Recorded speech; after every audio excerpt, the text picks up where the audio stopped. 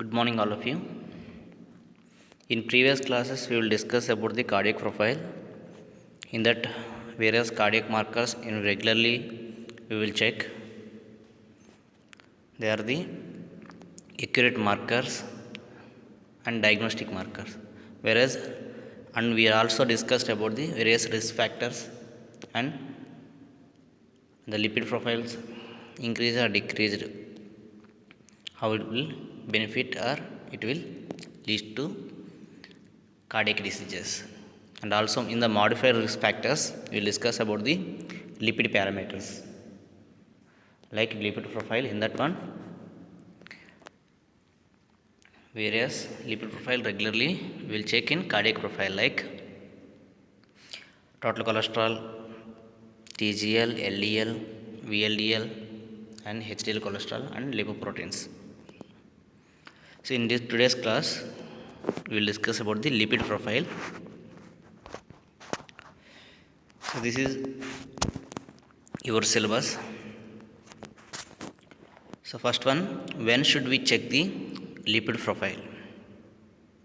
Suspected cardiovascular diseases means any symptoms with cardiac diseases and coronary artery diseases and peripheral vascular diseases. So all these are related to the heart disease. And second one, all patients with diabetes mellitus at least once in 6 months. Next, thyroid or liver and renal diseases where lipoprotein metabolism may be altered. So in thyroid and liver and renal diseases patients also, we will check the lipid profile. And also all the persons above 40 should check this lipid profile once in a year.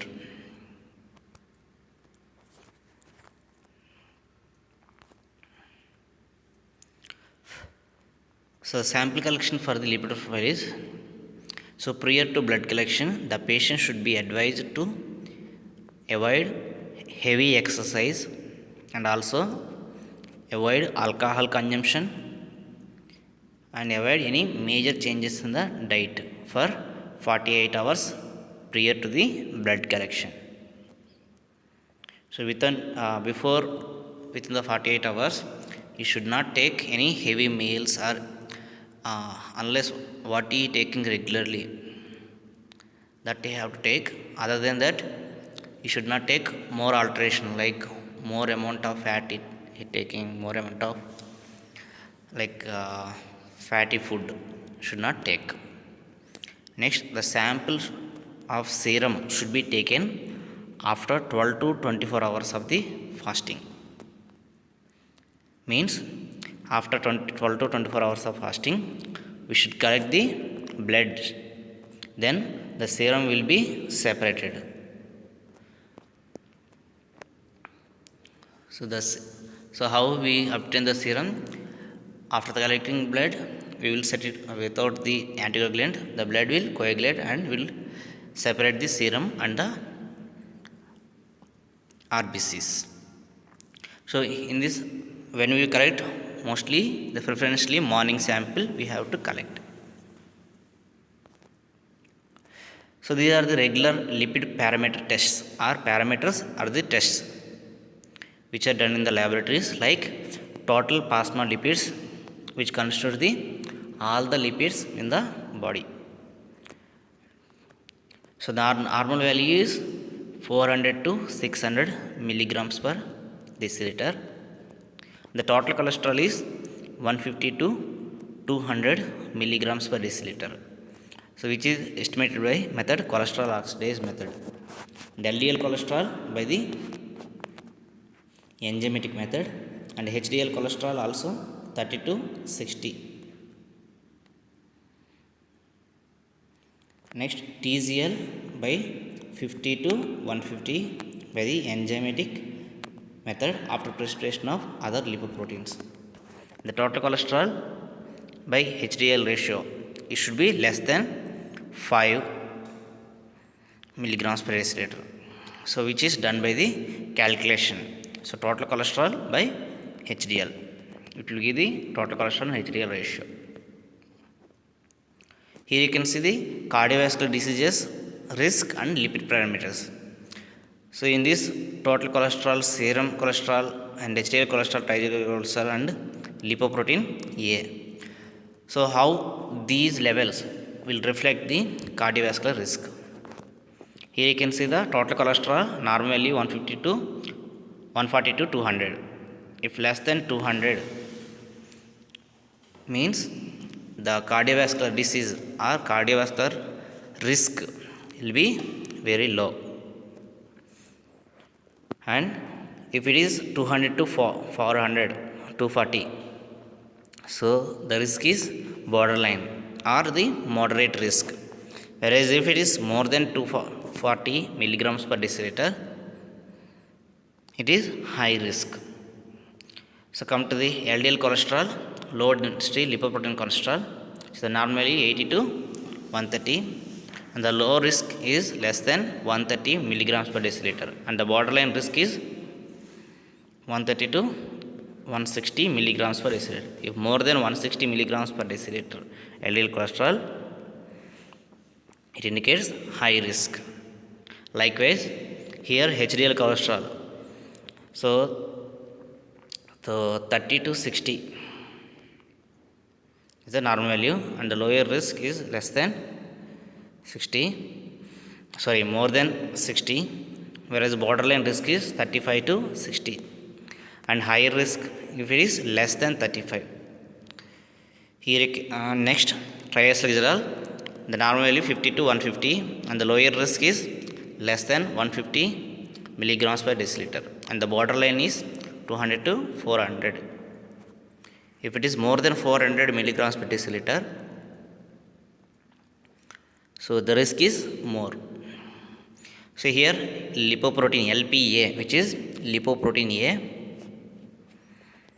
if it is less than 30, it is a normal, whereas less than 30 also low risk, and more than 30 will indicate the moderate risk. So this LPA level increased along with the low density lipoprotein cholesterol. Here you can see, so all levels are increased, means it is increase the risk, whereas HDL cholesterol, if it is decreased, means it is increase the risk. That is the difference you can identify. So there are like cholesterol. In these slides we will discuss methods, and cholesterol normal values we already discussed, then clinical interpretation of those levels. Here there are different methods of cholesterol method estimation here. So cholesterol oxidase and peroxidase method, and Jack's method, Lieberman's Bouchard method, Salkowski method, Carr and Trechter method, and Sackett's method. So they are the different methods, and regularly used one is cholesterol oxidase and peroxidase method. So the normal values we already discussed. Here in this we will discuss the clinical interpretation of those cholesterol level. So the total cholesterol concentration is increased in, means the total cholesterol increase in the blood is also called as hypercholesterolemia. Means hyper means increased, cholesterol means cholesterol, and emia means blood. Hypercholesterolemia means there is a total cholesterol concentration increased more than the normal. So the conditions where cholesterol levels increased are hypothyroidism, uncontrolled diabetes mellitus, nephrotic syndrome, extrahepatic obstruction of bile ducts, and various hyperlipidemias, and long time elevated these are levels, and the long time elevated cholesterol concentration more than 240 milligrams per deciliter is a serious risk factor for the development of coronary diseases. So the lowering of plasma cholesterol concentration reduces the incidence of coronary artery disease. If the more cholesterol more than 240 milligrams means that will increase the development of coronary artery diseases, CAD. That's why we should decrease into the normal values. The decreased total serum cholesterol concentration which is seen in hyperthyroidism and hepatocellular disease and certain genetic defects like A beta lipoproteinemia. In this condition, the cholesterol concentration is decreased. So the cholesterol concentration, the decreased cholesterol concentration in the blood than the normal value is called as hypocholesterolemia. Hypo means low level and cholesterol, emia means blood, hypocholesterolemia. Next one, triacylglycerol. So the usual methods which are used for estimation of triacylglycerol are, so estimation of serum triacylglycerol, GPO and PAP method. Next one, pyruvate kinase method and glycerol phosphate dehydrogenase method. The clinical interpretation of the triacylglycerol. So if the triacylglycerols increase more than the normal in the blood, called as hypertriglyceridemia. Hypertriglyceridemia. And if it is the low levels, it is called as hypotriglyceridemia. So elevated concentration are often found in disturbance of lipid metabolism and in atherosclerosis and coronary artery diseases. So in these conditions, there is a TGL levels or triacylglycerol levels increase in the blood. So that serum TGL concentration is greatly elevated in hyperlipoproteinemia type 1 and hyperlipoproteinemia type 5 and moderately increased in type 2b and type 3 hyperlipoproteinemias. And the causes of hyperlipoproteinemia is a genetic origin, but hypertriglyceridemia occurs commonly in the secondary to the following pathological conditions like hypothyroidism, nephrotic syndrome, alcoholism, obstructive liver diseases, acute pancreatitis and uncontrolled diabetes mellitus and glycogen storage disorders. So in the exams you can write 3 or 4 clinical interpretation for increased and decreased concentration of these triacylglycerols. If they ask lipid profile, you should write every parameter, their normal value and increased and decreased conditions. At least 3 or 4 examples for each parameter. So come to the decreased TGL concentration, that is also called as hypotriglyceridemia. Hypotriglyceridemia. So the plasma triglyceride concentration is low in very rare diseases. So mainly it will occur in A beta lipoproteinemia. A beta lipoproteinemia. So there is the absence of low density lipoprotein LDL. In this condition only the TGL concentration is low. Next one, HDL cholesterol estimation. So commercial kits are available for the HDL cholesterol estimation and also done by the indirect method by JAX method. So indirect measurement of HDL cholesterol with the sample pre-treatment with the precipitating agent like phosphotungstate which precipitate the other lipids, then we will do JAX method. And here the direct measurement of HDL after removal of chylomicrons and VLDL and LDL cholesterol by the esterase enzyme. So HDL cholesterol clinical interpretation are here. High HDL cholesterol concentration may be associated with the decreased risk of coronary diseases. So higher HDL lower the risk of coronary disease. So this is inversely proportional. If it is more, the risk is less. Thus, HDL cholesterol levels are inversely related to the risk of cardiovascular disease. The ratio of total cholesterol to HDL cholesterol gives a more accurate and definite assessment of heart disease risk.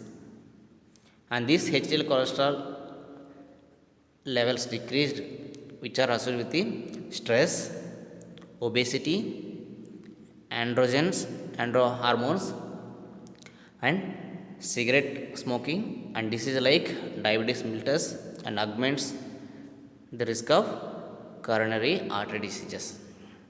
So HDL cholesterol is very low in genetic disorder like Tangier disease. In the Tangier disease, HDL cholesterol is very low. Next, the LDL cholesterol can be estimated by the kit methods and also by calculation. So the value of LDL cholesterol may be calculated if the concentration of total and HDL cholesterol and triglycerides are measured. So there is a formula which is proposed by the Fredwald. So which is also called as Fredwald's equation. So in practice, LDL can be measured indirectly by using Fredwald equation, assuming total cholesterol is composed primarily. So here you can see total cholesterol equal to cholesterol in VLDL plus LDL plus HDL. So in order to identify the LDL cholesterol, we know that so LDL cholesterol is equal to total cholesterol minus HDL cholesterol plus 1/5 of TGL cholesterol. That will give the LDL cholesterol levels. Next, the concentration of all constants should be expressed in the same units, whether milligrams per deciliter or the milligrams per liter. So to convert the milligrams or millimoles to express in millimoles, so we have to 1/2.22 into triglycerides is used when the LDL cholesterol expressed in millimoles per liter, and the factor 1/5 TGL cholesterol is an estimation of VLDL cholesterol concentration.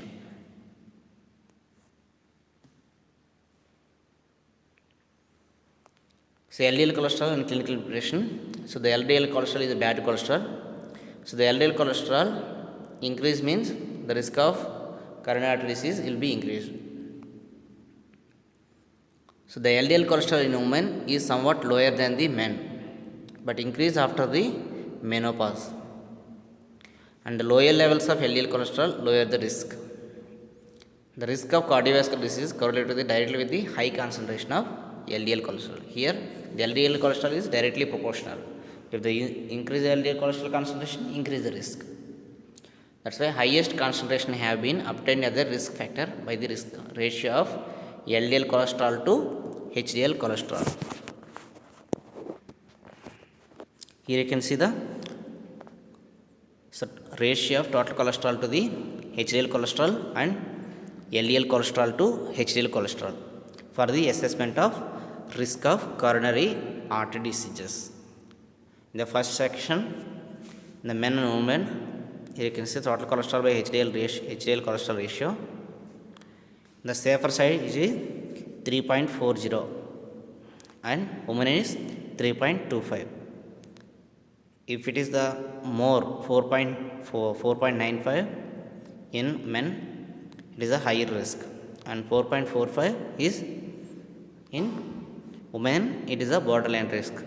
Whereas if the total cholesterol and HDL cholesterol ratio increased to 9.50 in the men, it is a considered as high risk, and the ratio is more than 7, it will high risk in the women. Likewise, the LDL cholesterol and HDL cholesterol ratio you can see in the men and women. So safer side is 1 and 1.45, the safer side, where in the borderline high risk in the men, if it is more than 3.50, and in the women 3.20. And here high risk LDL cholesterol and HDL cholesterol ratio, if it is more than or equal to 6.25, it is a high risk, and in the women it is more than 5, it indicates the higher risk. So in this one may not be asked in the exam. If you able to write, you can write, otherwise you can leave that one. But for your information and for analyzing the report which are regularly giving in laboratories, you have to know these values. And some of the lipoproteins like ApoA1 and ApoB are, and lipoprotein A are associated with the cardiovascular disease. See here, ApoA1 is measured of HDL cholesterol, which is good cholesterol, and ApoB measures of LDL cholesterol, and ratio of ApoB to ApoA1. Here you can see 0.4 is a very good, whereas 1.4 has a highest risk. And the lipoprotein A. So this lipoprotein A which inhibit the fibrinolysis. So if the lipoprotein A concentration more than 30 milligrams per deciliter, that increase the risk of 3 times of cardiovascular disease. And the increased lipoprotein A leads to the increased LDL cholesterol, that will leads to increased 6 times the cardiovascular diseases. And also one of the regular parameter for cardiovascular diseases are the homocysteine. Here 15 moles per liter will increase the risk of cardiovascular disease or coronary artery disease and stroke at the young age. So this will end the the cardiac profile, lipid profile. In the next video or next class, we will discuss about the small one, for continuation only, different methods of cholesterol estimation. Thank you.